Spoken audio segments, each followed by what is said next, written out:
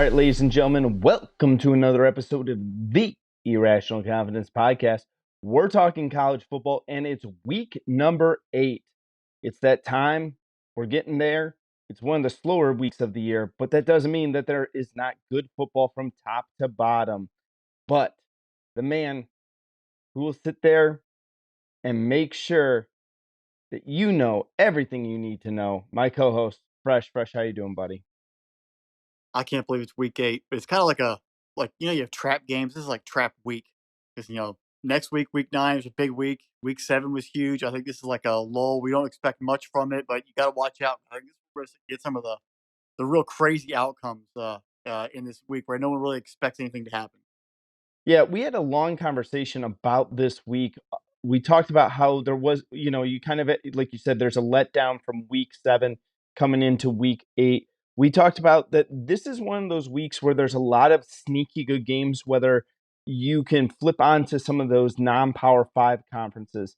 A couple of the games that we aren't going to talk about, but that are going to be pretty good out there. You got Toledo going to Buffalo. That should be a very, very interesting game over there and getting some action going on. Uh, Out there in the West Coast, there's a couple of very interesting ones there with anyone from taking a look at uh, Boise State versus Air Force. There's always some interesting football to watch. So if you're a fan of some of the teams and want to check out some other conferences or other teams this year, this is a great weekend to do that. But let's get rolling into the key games that we're looking into, Fresh. Fresh, where are you going first? Well, we speak of the Group of 5 action across the country and how fantastic it is. It kind of gets overlooked and over, and kind of disregarded until you come to the New York Six. But well, I'm taking my first look at the team that was actually in the playoff last year from the Group of 5. And that's Cincinnati Bearcats taking on SMU, the Mustangs, the Ponies. So it's kind of an interesting situation where Cincinnati, went to the playoff last year, had a lot of unknowns coming into the season. They go down to Arkansas week 1. They get beat. Actually, were pretty competitive, but they get beat by the Hogs. And they have regrouped, recovered the past five or 6 weeks, and now they are sitting there with only one loss, and that was lost to Arkansas, and really gearing up for the stretch run through the AAC, in a great spot to potentially even make the New York Six again. When you look at the rest of the spectrum of all those, Group of 5 schools and who's actually going to pull away, Cincinnati's just still sitting there. They're back in the top 25, and it's kind of a testament to what Luke Fickell's done there, and that program is truly built to succeed and sustain down the stretch, and not like a 2-year wonder there. And they've actually been able to find an offense that's almost like what Desmond Ritter had in Jerome Ford and company. And then the other side, we actually had high hopes for SMU coming into the season. We actually thought that they were actually built maybe make a run at the AAC, compete there with Houston and UCF in Cincinnati. Um, there's been a lot of turmoil in that program. They're 3-3 right now, and there's rumors of 15, 20 guys wanting to go into the transfer portal already, or even have rumored to get into the transfer portal and leave at the end of the season. And who knows, maybe even more after the new coach came in and it's kind of really shook it up. And the team hasn't really played up to their potential. Mordecai there at quarterback, been coming off a couple of great seasons, not exactly playing at a fantastic level. Yeah, he's throwing for over 2,000 yards and 15 touchdowns, but 6 interceptions kind of shows sometimes he's not seeing the coverages right, or he's not getting the guys to run the right routes or protections there. Like there's a whole, it just doesn't feel as full, balance of what they could be there in Dallas. But it's gonna be. I think it's an interesting game where it could be a savior season, savior program defining, game for SMU there in Dallas. It's a home game. They gave, Houston all they could handle last year, and gave Cincinnati a good battle too. So looking forward to this one. Outside of Mordecai, Bryce, the receiver, has 761 yards and 4 touchdowns and 49 receptions. Really become a lightning bug for that offense. We talked about him in the preseason. I wrote about him in our AAC preview, but he's taking the advantage of being that number 1 receiver and becoming explosive on that end and really giving Mordecai a chance. The real question is for SMU is that defense. Can they actually play to a standard? Can they actually stop somebody? They really haven't done it, I think, ever. SMU is really famous for obviously getting the death penalty and Pony Express back in the '80s, and then putting up lots of points.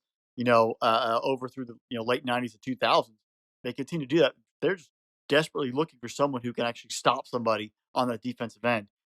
Maybe that's what the new head coach, this new program, his regime is trying to bring is more of a balanced program. But you are who you are. I think come out, throw the football around, test this Luke Fickle defense, and try to put points on the board.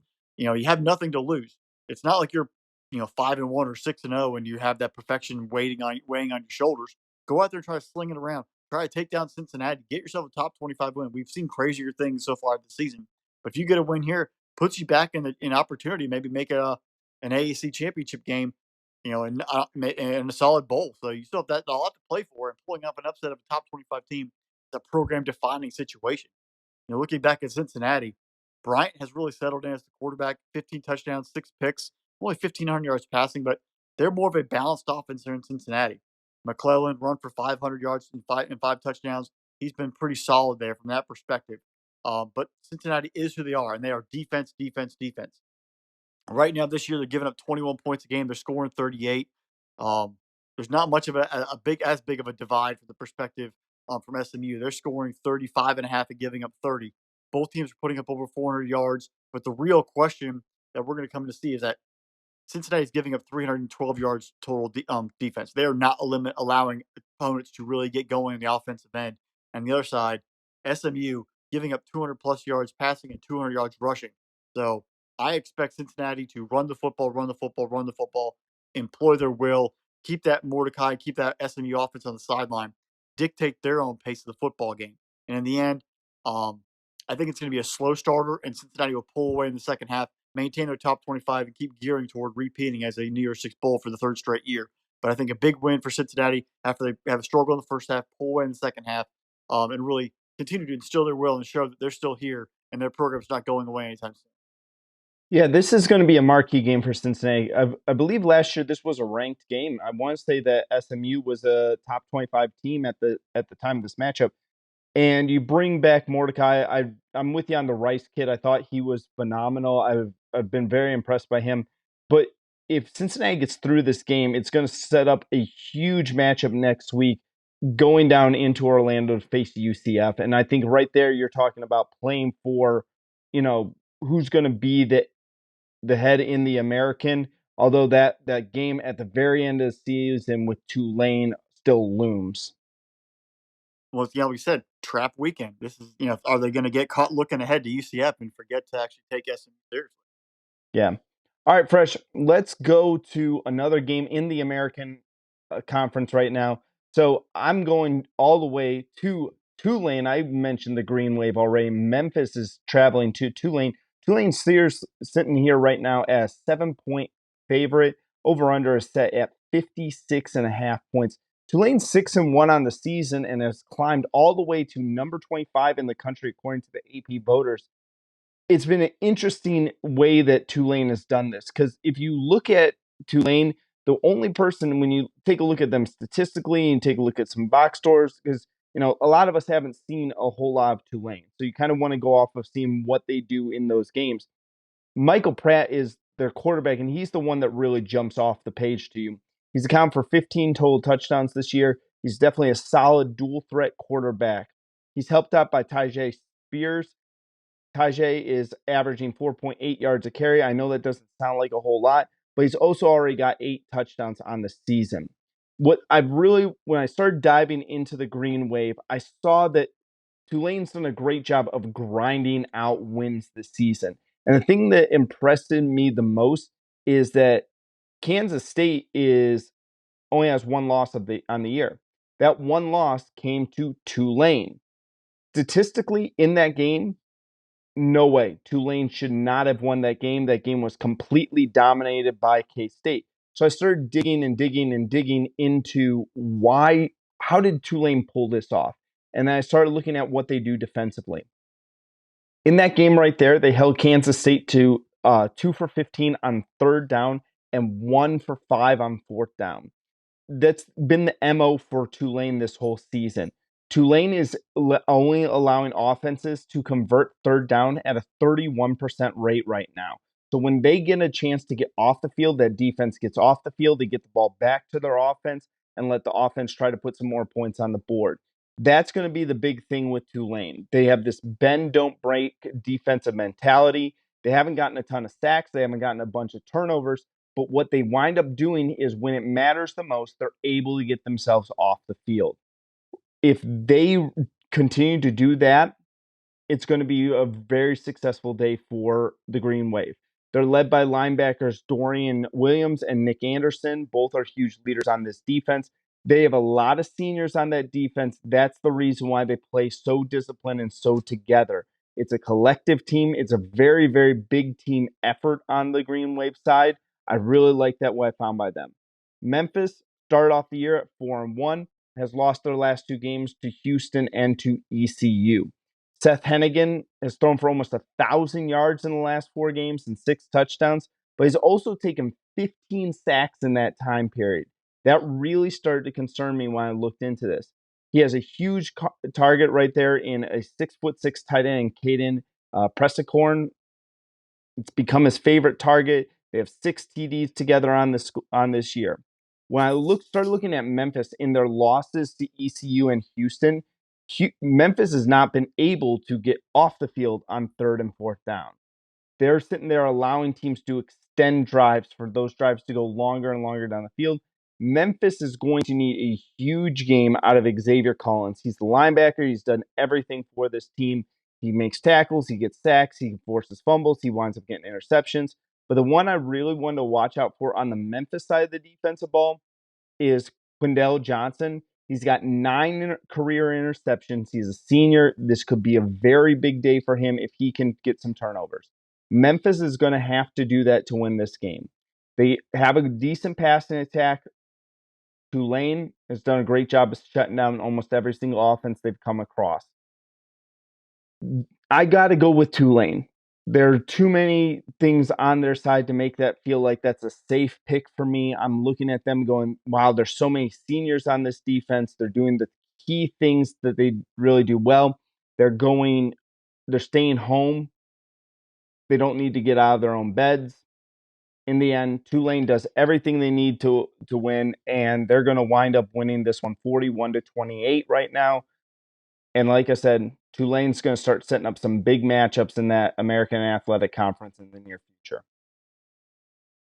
Yeah, I mean, you don't mess around. You have the fighting JP Losmans. You're squaring off against them, and they're bringing that powerful green wave to play.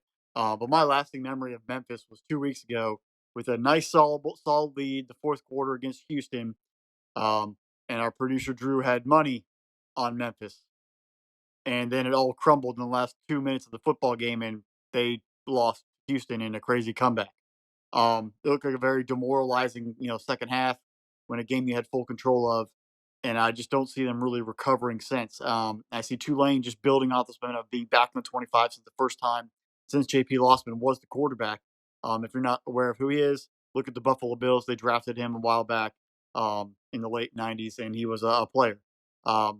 Tulane is a great story. They're playing fully great, complementary football, offensively, defensively, running game, passing game. And you kind of, last year, the season opener, the hurricane hit, Louisiana area. They had to be displaced. They had their opener at Oklahoma when they should have been hosting Oklahoma. They played really spirited football. They ended up losing. And then from there, they really didn't recover and win, play very good football the rest of the way. They were kind of just sort of, I guess, it caught up to them. This year, you see a completely different team where they are playing with a purpose, playing with a drive, and playing together, and it's producing on the field. And you know what? I think that win over K State, going to the little Apple, was a program statement that they hadn't happened in a long time, and you're seeing them build off that fever, and it's only going to continue to get better, and the pressure's going to continue to mount. But enjoy the ride, or in this case, enjoy the wave. And one thing I've heard, I saw it on Twitter this past couple of days, and I really, what? Let's make it happen. The Crimson Tide, the Green Wave in the Bahamas Bowl on Christmas Eve. You got green, you got red, you got two water-based, colors going at it in the Bahamas. Let's just make that bowl game happen for everybody and really just soak it all in. I don't think Alabama's accepting a Bahamas Bowl bid, man. I just don't. Hey, after Nick Saban this past week in Neyland, he looks like he needs a vacation. He does after seeing him. Dude needs just to calm down. I went back and I took a look at that. It's 1998 the last time, so it's been 24 years since Tulane's been ranked in the AP top 25. Great job out of them, man. They were 12-0 in that year. Quarterback was actually Sean King that year. Of Tampa Bay Buccaneer fame. Yep. And then Juan Dawson, who was drafted by the Browns and did absolutely nothing. I believe he was drafted in 99 or 2000. Someone can tell me when it was there. He was terrible for the Browns. All right. Well, enough on Tulane 98. Let's go to our second game of the week that I'm really looking forward to. Syracuse traveling down to South Carolina to face Clemson. Right now, Clemson's sitting there at a 13.5-point favorite. Over-under right now for this game is set at 50 points right now. This is the battle of the unbeatens in the ACC. And it was so interesting because I started talking about Clemson, and I was having a conversation with my dad earlier this week, and we were talking about, kind of the things that happened in week 7. And one of the conversations we had is I said, I wonder if the AP poll, when the college football playoff poll and what the AP poll is, especially the top 4, if they're similar to each other really close, like Georgia's number 1, Ohio State's number 2. Tennessee's number 3, Michigan's number 4. I said if the college football playoff poll reflects that, the team that has the most to gain is going to be Clemson sitting there at number 5 because Tennessee has to play Georgia and Ohio State has to play Michigan. They're going to have 2 teams, and that's going to help Clemson bump all the way up to number 3. Both of these teams have had a very interesting story. Syracuse has been one of the Cinderellas of this season, where Clemson has kind of had this rebound year. In Clemson, a 9-3 year last year is a down year. Seeing them kind of rebound. DJU looking like it wasn't that great of a quarterback last year. He's completely rebounded as well. This is only the second time this year that Syracuse is going to leave the state of New York and leave the confines of the Dome. They're heading down to Clemson. Syracuse has played Clemson tough, though, in South Carolina at times. So I don't necessarily think that this moment will be too much for them. But both of these teams have great run defenses, and we all know that defense does travel very, very well when you go on the road. Syracuse is right now only letting up 95 yards per game on the ground, Clemson 82 yards a game. And just like I said, the real question's been the 2 quarterbacks in this game. DJU has become the quarterback that we expected him to be coming out and taking over the reins there at Clemson. 17 touchdowns on the year, only 2 interceptions. He's also done a pretty decent job running the football, being that dual threat thing. Cutting down on the turnovers has really helped him, and you've seen how much better the Clemson offense has been ever since he was able to cut those things down. Will Shipley has been a pivotal part on this. Kind of had some slow games there. You start to see some defensive coordinators start to figure out the Clemson offense, but then you saw what he did versus Florida State. He kind of had that nice little bounce back game. He started getting really rolling about them. Clemson's going to need Will Shipley to soften up the Syracuse run defense. You're going to have to kind of throw some body blows at the Syracuse defense to eventually throw a knockout punch. This is not going to be a game where you're going to be able to Mike Tyson them and take one shot and just knock them out cold. Syracuse is going to be keep coming after you. This is a team that is very gritty. They don't give up. Are they able to match up perfectly talent-wise against a team like Clemson? Absolutely not. But this is a grinded out, really gutsy team that I really like. I do like their chances in this game. What I'm watching, though, for Clemson is the defensive side of the ball. Miles Murphy, 5 sacks on the year. He has a sack and a half against NC State. He had 2 more against Florida State. He's the type of player, he's a very highly rated defensive end coming into this year's draft. These are the type of games that you want to see him show up on tape.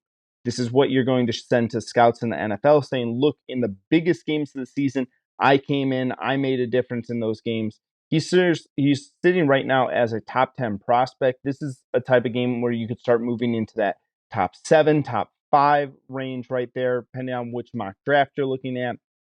That's kind of where he's fallen in at as well. On Syracuse side, like I said, Syracuse is a Cinderella. No one expected this out of the Orange this year. Garrett Schrader has been absolutely fantastic. 12 passing touchdowns, 5 rushing touchdowns.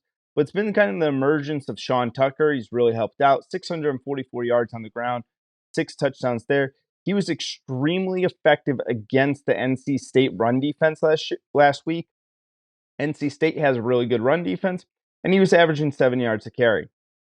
Syracuse also has 17 sacks on the year. If they want to beat Clemson, they're going to need a 3 to 4 sack effort in this game. And like I said, the only time that they've left New York, they had to go to UConn. So that's really not a good judge.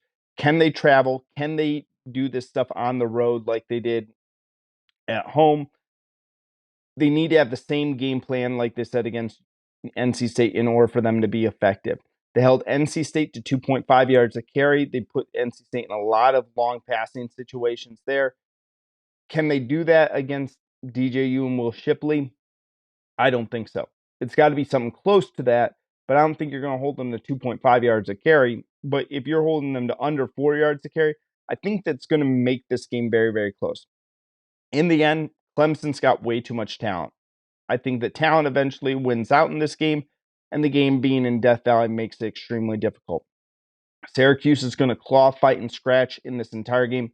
Don't be shocked if in the fourth quarter of this game it's very, very close. But in the end, I'm going Clemson 34-24. Well, I think, the first thing you hit on the bet is the running game is going to be the big difference. Both teams have amazing run defenses and yards per game, and both teams bring great running backs to the game. Where we have, Tucker from Syracuse and Shipley from Clemson. You're going to sort of see, which of those defenses actually breaks and gives up, the yards after contact and those bigger gains.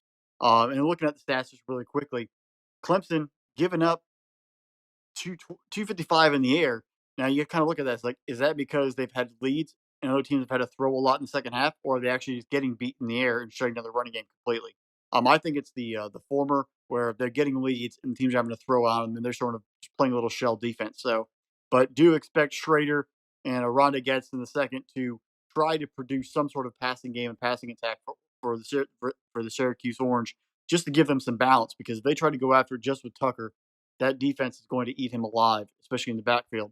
You're going to have a little more balance and be able to push the defense off and get rid of that 8 or 9 men in the box situation that Clemson's going to bring all day. But I agree with you.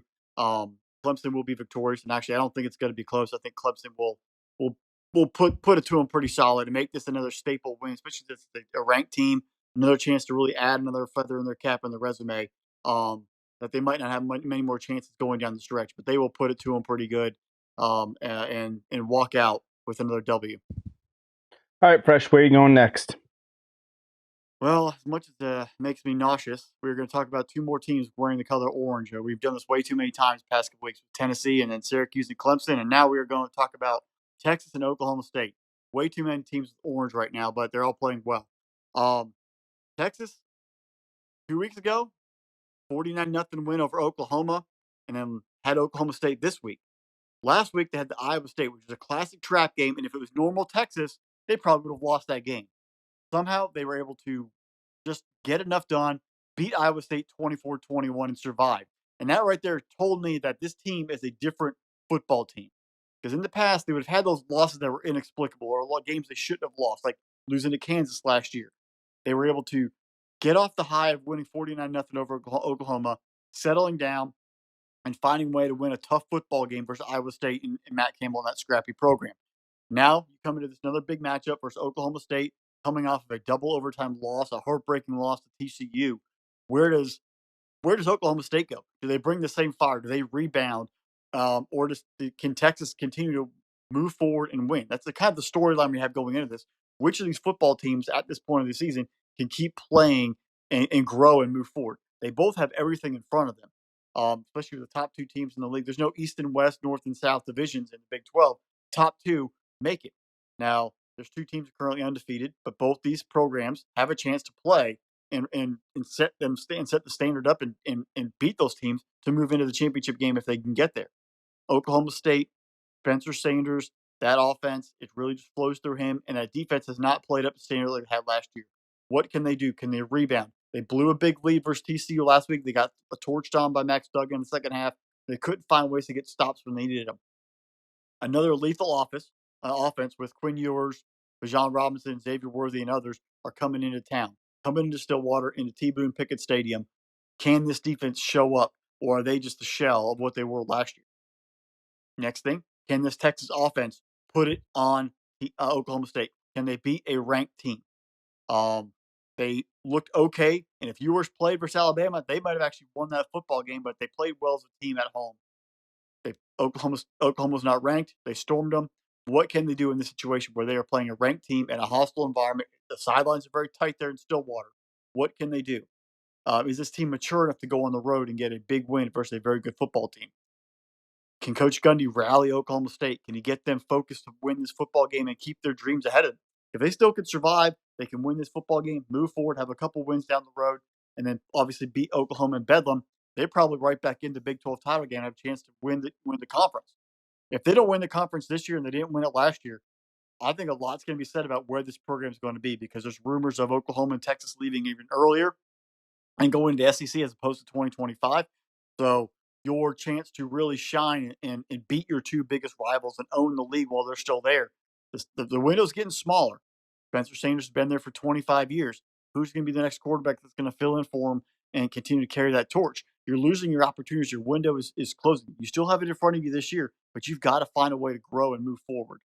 Um, Looking at Texas's schedule, this could be a start of a run to really put together a nice little resume. With their only loss being a couple of weeks ago, they have Oklahoma State this week. They got K State. They got TCU, Kansas, who they lost to, and then Baylor. That's a big resume builder. If they can somehow stretch and put these wins together, they can put together a very solid resume and jolt up into a New Year's Six easily, and potentially even grab a conference crown. So this is a big for Steve Sarkisian making a pitch to recruits, showing that number one, Texas A&M is not what they are. Texas Tech, they might have beat us, but we're still better than them. Houston's not anything. TCU, if we beat them, you own that and you get that state rivalry. You beat Baylor, you own that. And so you start looking at the recruiting wars. You've already beat Oklahoma. You beat Oklahoma State. You start putting yourself in a good window among recruits in that region.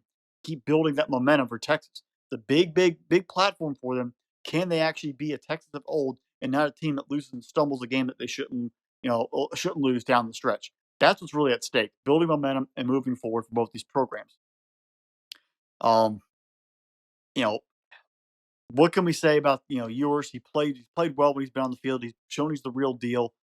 Spencer Sanders has really reduced the turnovers here. Both quarterbacks are going to be the key in this football game and how they can actually manage the momentum swings and the pressure that is becoming this football game here. Oklahoma State has a lot on the line. And Mike Gundy, I think, has a long line. There's been a lot of boosters who have been kind of worried, like, your program is good, but you are not great. You are not owning it. You're still playing second fiddle in most situations to Oklahoma and Texas. When will you show up and take advantage? I'm sure a lot were probably disappointed with that loss last week in double overtime when you had control of it early and you let TCU come back and take it. You could have been undefeated going into this football game and really been in a great spot to move forward and have a little wiggle room. If Oklahoma State loses this week, their room for error is they're going to need a lot of luck to get to the title game. They have to play with a little more chip on their shoulder. Texas, I think people still give them a little leeway. Oklahoma State, you've had the pressure of being there. Now you have to own it and move forward. Uh, when it comes down to it, I just don't think Oklahoma State's defense is at the same level as it was last year. And I think last week showed that there are some leaks in that wall, in that dam. And I think Texas, led by Quinn Ewers and Steve Sarkisian, go into Stillwater and kind of repeat, not the same 49-0 level they did by Oklahoma, but they put on a good show and they capture it and put themselves in a great spot to go and take on Kansas State and TCU and potentially win a Big 12 title and keep those hopes alive. But Texas, hook them all the way. Big opportunity for you, and I think they get it done on Saturday.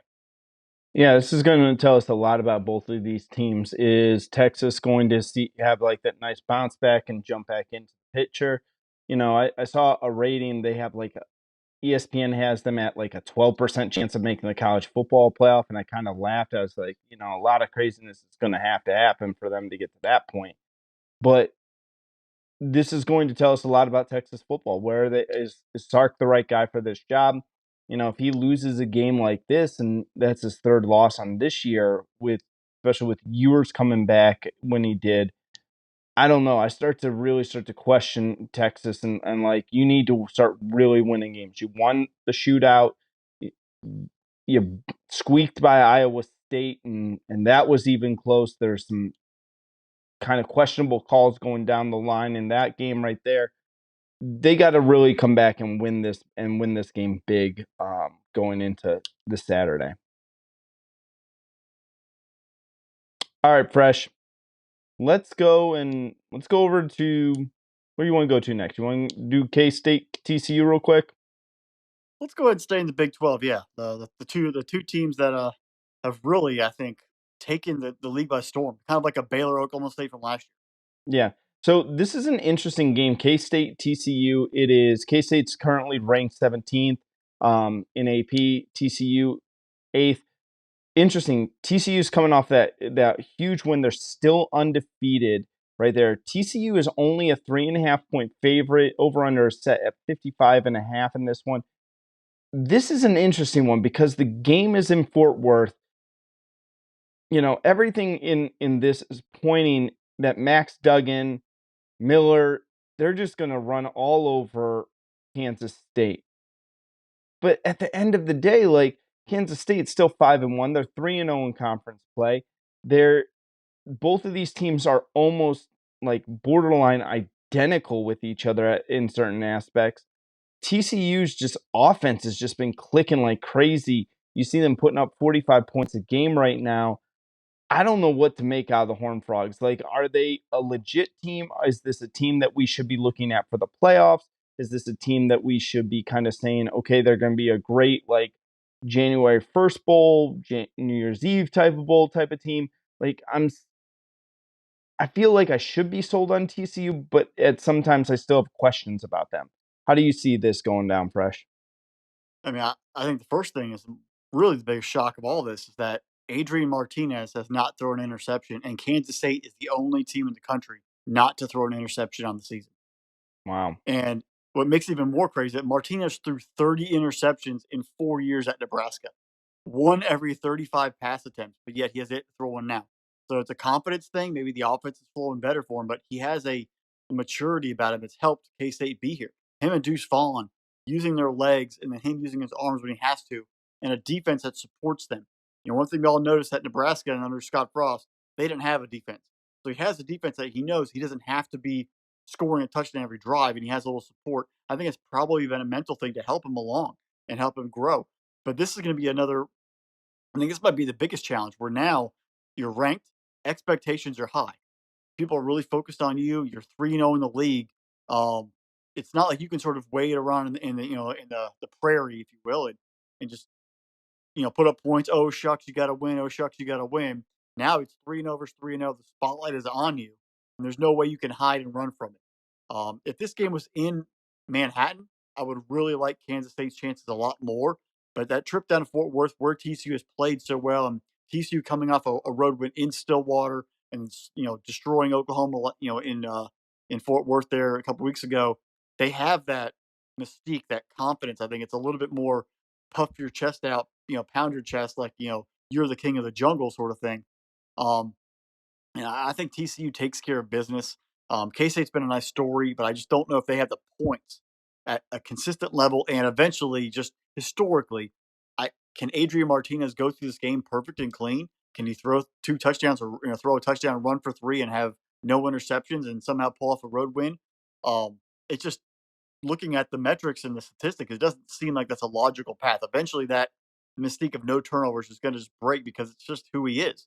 It's bad to say, but that's kind of his track record and what he's been like, and the reason why he's kind of struggled. So I think next Duggan, I think Sonny Dykes and TCU just they poured on. They keep the chain moving. Now this is the fourth straight ranked team they're going to be playing. So the only one thing you can look at is, do they run out of gas? Have they played so many high level teams they eventually run out of gas, or are they truly just a legit football team that they are great and we've all just been overlooking them or not giving them as much respect? But TCU gets it done on Saturday. I'm going to say 37-24, 37-27, somewhere on there. But TCU gets it done and puts themselves in the number one owner of the Big 12. And you could even say they basically plant themselves in the Big 12 title game with this win, with all the tiebreakers they have coming in play. Yeah, it's going to be interesting because Kansas State has 16 sacks on the year so far, and Max Duggan has only taken 8 sacks so far this season, and 5 of those came against SMU in a game right now. they're going to have to get pressure. If Kansas State can't get pressure, then I don't care. Adrian Martinez or Deuce, either one of them is not going to really make a huge difference without getting to Max Duggan. You're going to have to turn this into a tough game. He doesn't turn the ball over very much either. One interception on the season right now. So he's going to do a good job at protecting that. You look at that, he hasn't thrown more than 6 interceptions since his sophomore year. He threw 10 as a freshman, but the kid doesn't turn the ball over. You got to get some pressure on him and make TCU play from behind the chains. But other than that, man, I'm with you. I like TCU in this game. I'm with if it was in Manhattan, I'd be down with K State. All right, Fresh. Let's go to one of our games of the week right now. The UCLA Bruins traveling to Oregon. Oregon's 6.5 point favorite in this game. That shocked me. Over under set at 69.5 right now. Oregon, since being blown out by Georgia, they're 5-0 on the season right now. I think this is what we expected a little bit more out of Oregon when Dan Lanning took over that job right there. But then I started looking at the teams that Oregon's played. They're combined 14 and 19 on the season. Is Oregon showing that they're a better team than what they are, or are they just kind of feasting on lesser competition? Earlier this year we ripped on teams like Michigan, we ripped on teams like Penn State, other teams out there that just feasted on this bad competition. UCLA is definitely a proving ground for the Ducks right now. So if Oregon wants to say like, hey, we're better than this, we're a better team, we're still one of the top teams in the Pac-12, you have to win a game like this. You cannot let the Bruins come into your stadium, run all up and down the field, because we're calling it right now. What is UCLA and Chip Kelly going to do? They're going to run the football. They got a two-headed attack. If you're just tuning into this show, if you've never seen UCLA before, they have two great rushers in their quarterback DTR and Zach Charbonnet. The two of them have accounted for 840 yards on the season and 10 touchdowns.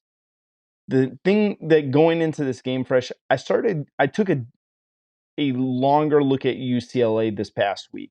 So UCLA has been coming back onto our radar, especially with that big win over Utah.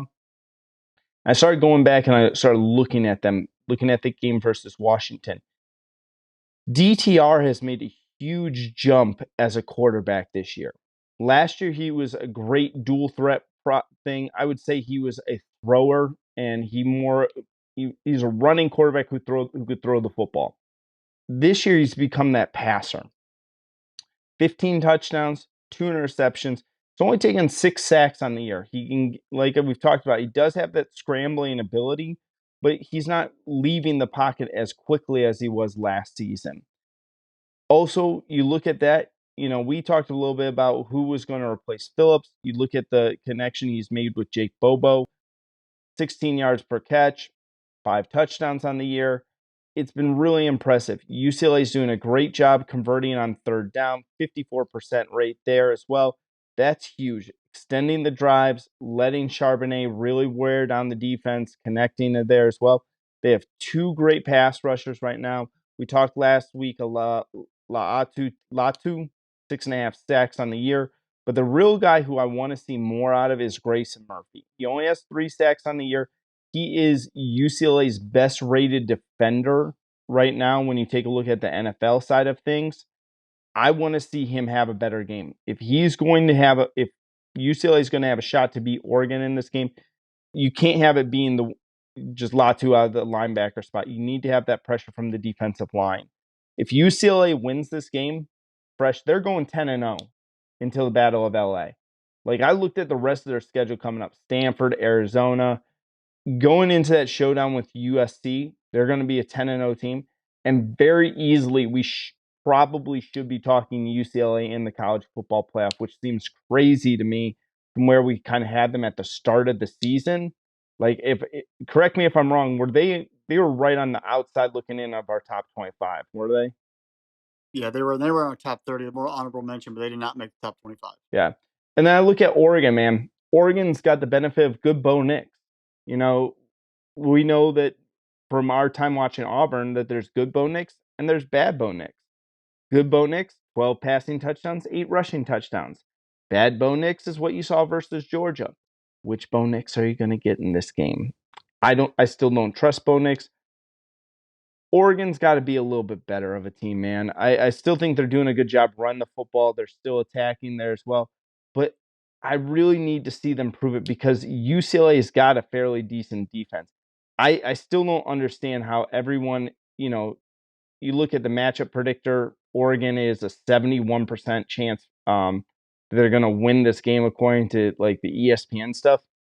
I like UCLA in this game. Like if I was in Vegas and I was getting that 6 point spread, um, right now on the Ducks, I don't know, man. I would take UCLA in those points really big. I would hammer that one. Well, looking at UCLA, the first 3 games, I think we were very down on them. They struggled versus Bowling Green.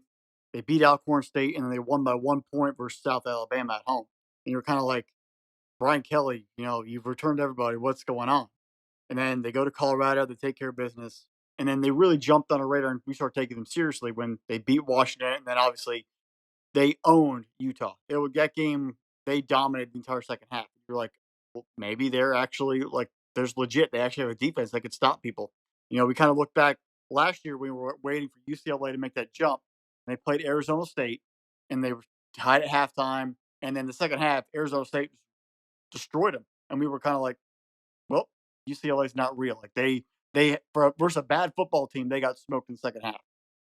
This year, they have been able to take care of Washington, take care of Utah, and play the game from start to finish and actually carry through and not get surprised, not get owned in crunch time when the game actually mattered. That's a lot of coaching. That's players owning and being, a group and being a collective unit and not being a bunch of individuals. So major staple there to Brian Kelly and that coaching staff, as well as DTR, Charbonnet, and those player leaders as well. On the other side, after Oregon got completely destroyed and eviscerated by Georgia in the opener, that we were kind of like, what's going to happen? This program is going to implode, or do they actually believe? And we'll throw the Eastern Washington game out because that's a game they should have won. Yeah, they put up 70, but you really start looking at it when they played BYU, and BYU came in. There's a lot of momentum, and good Bo Nix and the Ducks, and that game was not even close. The final score says 41-20. It was not that close. It was a beat down and a half. And then you kind of had a letdown, but they survived the letdown game at Washington State, win 44-41, and then recovered for Stanford and Arizona.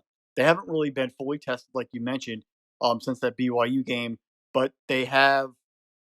You kind of, this is the moment I think for Dan Lanning to really put the supplant and put a stamp on the program where they are right now. You've had your 6-7 weeks. Where do you have this program at?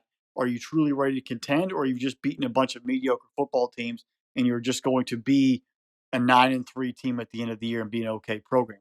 I think that's what really focuses on him is Bo Nix's legacy is on the line, and Dan Lanning his staple on the program and where they're actually at in their progression this first year. He was brought in as a defensive guy to stop the Brian Kellys, to stop the Lincoln Rileys. What kind of scheme can he put together, and can the defense actually tackle when they have those opportunities? Last year, Oregon went to the Rose Bowl, and Thibodeau and company tackled and shut down UCLA, and that game was close in the first half, and they pulled away successfully in the second half. They obviously didn't have a very good quarterback in Anthony Brown, but they found ways to get it done. This year, the thing is kind of flipped. They have a little more talent in offense. In the defense, you don't have the names that are there as they were last year when they had all that talent.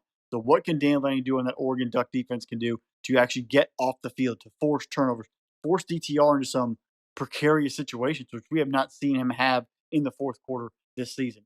I want to go Oregon because they're home, but you know what? I'm going to ride the UCLA train because I actually want to have a UCLA undefeated versus a one-loss USC team and sort of have them get after it and really build that one up to be what it used to be between a UCLA and USC game, late November, and having all the attention there with all of them wearing their home jerseys. So go Bruins. Game day's in town. Go get the win, get the W. I think it's going to be a close one. I'm going to say 34-31, a late game winning drive by DTR, but really showing that this team in Brian Kelly finally has, Chip Kelly finally has this program where people had hoped it would be 4 or 5 years ago. Yeah, I'm with you on that one. Give me UCLA in this game. I'm totally with you on the late drive. I think it's going to be closer than we think, but I would, like I said, I like UCLA and having that 6 point underdog status there. For some reason, I'm really hitting that one hard. All right, Fresh. So ran through the games. We talked a little bit about like how this is kind of an interesting weekend.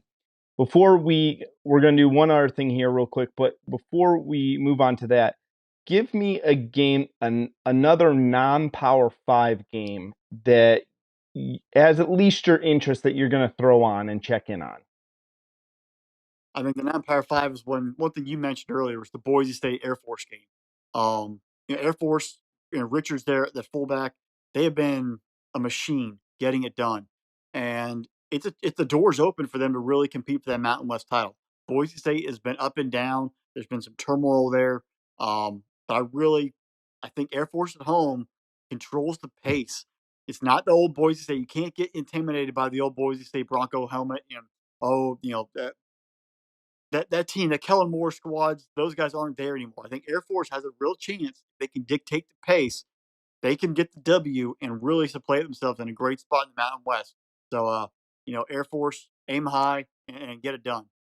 Yeah, Air Force has 2,500 yards rushing already in 7 games this year. Like, that's insane that you're closing in on averaging almost 400 yards rushing a game. Well, and one thing I'll mention is really funny is I was talking to one of our buddies, and he's like, "Why don't the academies why don't they embody who they are? So why is the Air Force actually being an all passing team? And a Navy could be what run the option, but Air Force they're in the air. They should be throwing it like the air raid. So it's kind of funny they're a complete triple option team, power running team. Oh yeah, absolutely. I was between two here, Fresh, and one that's interesting. I really wanted to. I probably will throw on that Toledo Buffalo game. Both of those teams are 3-0 in the MAC. It should be interesting. Toledo's got a really potent offense over there. I've always been very impressed with what they've been able to do there. Defensively, they struggle a little bit, but the other one that I'm really intriguing on is UCF traveling to ECU. I think that's going to be a real interesting game. ECU, it's while they have some losses on this year, it feels like every time ECU loses a game, they played that team really, really tough. Like that game was so close that a bounce the football there. They lost by a point to NC State. They lost by 3 points to Navy. They did get kind of shellacked by Tulane, but other than that, like ECU has been a kind of an interesting team to watch, so I might throw that game on myself. Well, so there's a funny little underlying story there. If you hear the press clippings this week, Gus Malzahn was told that they have good barbecue there in East Carolina, and they do. They have some good Carolina barbecue's fantastic. And he's like, I hate barbecue. Don't really eat barbecue. I eat brisket though, but yeah, I really don't care if they have good barbecue. So if ECU, if the Pirates pull it out, I can guarantee there'll be a lot of barbecue companies coming after him for his blasphemy of the amazing food. Yeah, absolutely. All right, Fresh, before we get going, I got something for you here. We're going to go to our D3 football check-in of the week.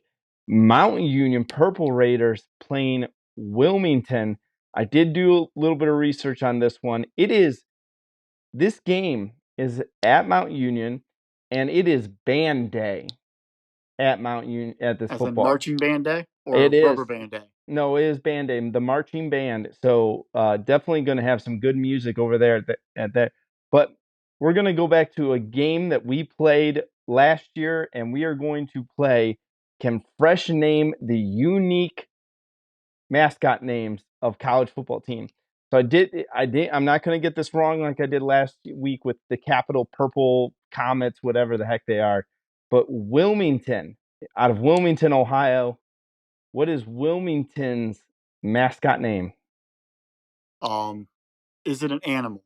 It is not an animal, it's a person. Hmm. The Wilmington Postman. Close, it's the Quakers. They're the Quakers. Huh. All Okay. right.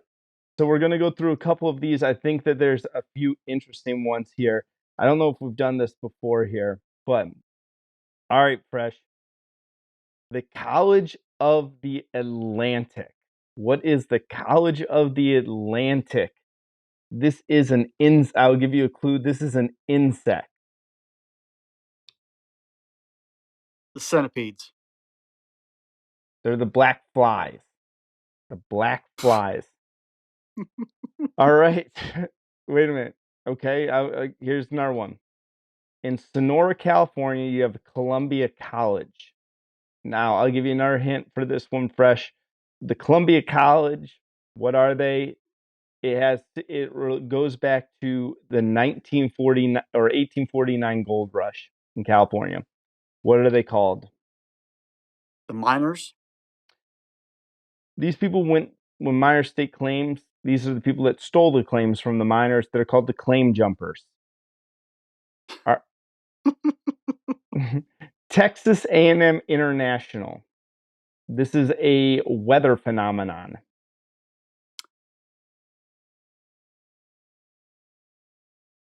Tornadoes. I guess you could kind of call this a tornado. They're the Dust Devils. All right, that's a tornado. That's That's a Dust Devil's tornado. tornado. All right, and I got one. I got two more for you, but there's one that I'm just like because there are some ties in here. All right, Arkansas Tech. Arkansas Tech. This is only for their males in their team. Arkansas Tech, and I best way I can give you a clue on this is superheroes, I guess.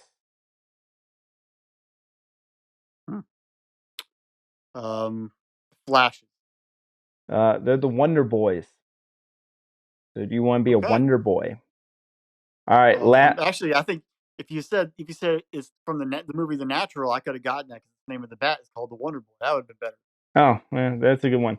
All right, so this is my last one here. I'm going to tell you this one here. Okay. I didn't know this. My mom attended this college. So this is Trinity Christian College in Illinois, just by Chicago. Naperville. What is their team name? And I'll give you this. Trinity Christian College.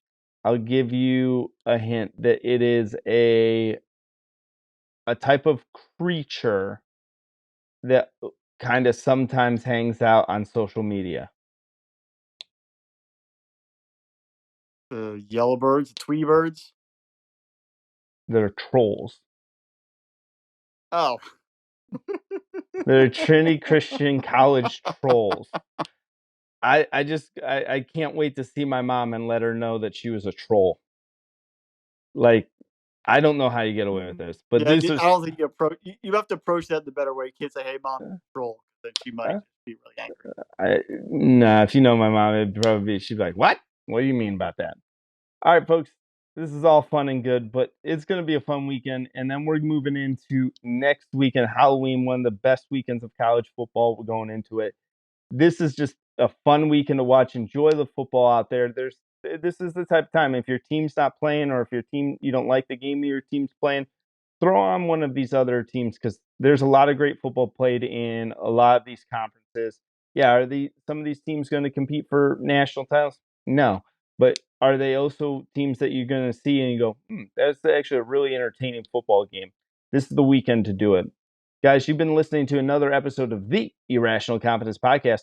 We're part of Spinnable Sports, so make sure that you are going to spinnablesports.com. Yes, that is spinnablesports.com. I want to give a special thanks to our producer, Drew. Without him, none of this is possible. So make sure that you're following him on Twitter at Digital Drew.